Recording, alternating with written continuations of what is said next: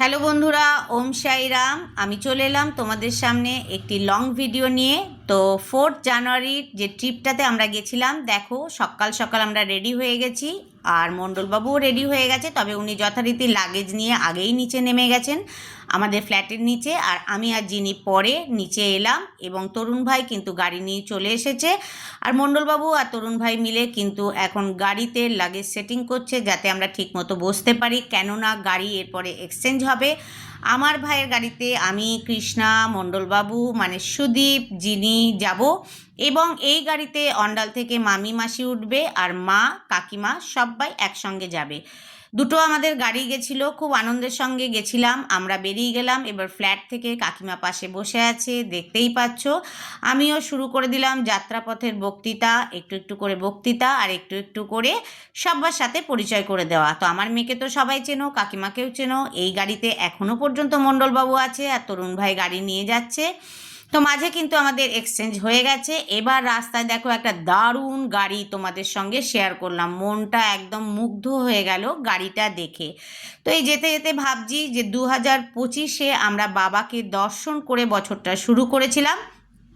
আমরা 7 জানুয়ারি most probably 2025-এ আমরা শিরডি গেছিলাম এবং বাবাকে দর্শন করেছিলাম, খুব আনন্দ পেয়েছিলাম, এবং এখনও একই কথাই ভাবছি যে বাবার কাছে আবার কবে যাব।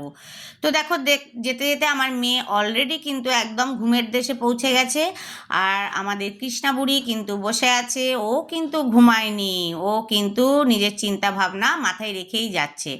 যাই হোক, আগের বছর শিরডি গেছি, আবার শিরডি যাব। বাবা যত তাড়াতাড়ি আমাদেরকে ডাকবে তত তাড়াতাড়ি যাব। বাবাকে খালি বলছি, বাবা তুমি আমাদেরকে নিয়ে চলো, শিরডি নিয়ে চলো। এই করতে করতে রাস্তায় আনন্দ করতে করতে চলে এলাম শক্তিগড়ে, যেখানে আমরা টিফিন করব। টিফিন তো করতেই হবে, নাহলে অনেক দূরের যাত্রা, শরীর খারাপ হয়ে যাবে। দেখো, দেখতেই পাচ্ছ শক্তিগড়ের বালাজি ফুড পার্ক। এটা কিন্তু কমপ্লিটলি ভেজ রেস্টুরেন্ট। এটাতে সব ভেজ জিনিসই তোমরা পাবে।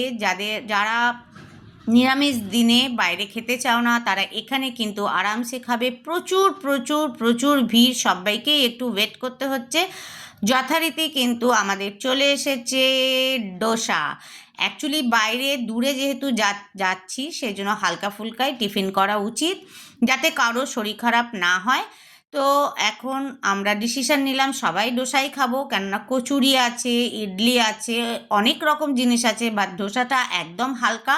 তো দেখতেই পাচ্ছ আমার কন্যাকে, এবং পাশে যিনি বসে আছেন তার সাথে পরিচয় করিয়ে দিই, আমাদের ওয়ান অ্যান্ড অনলি মামি।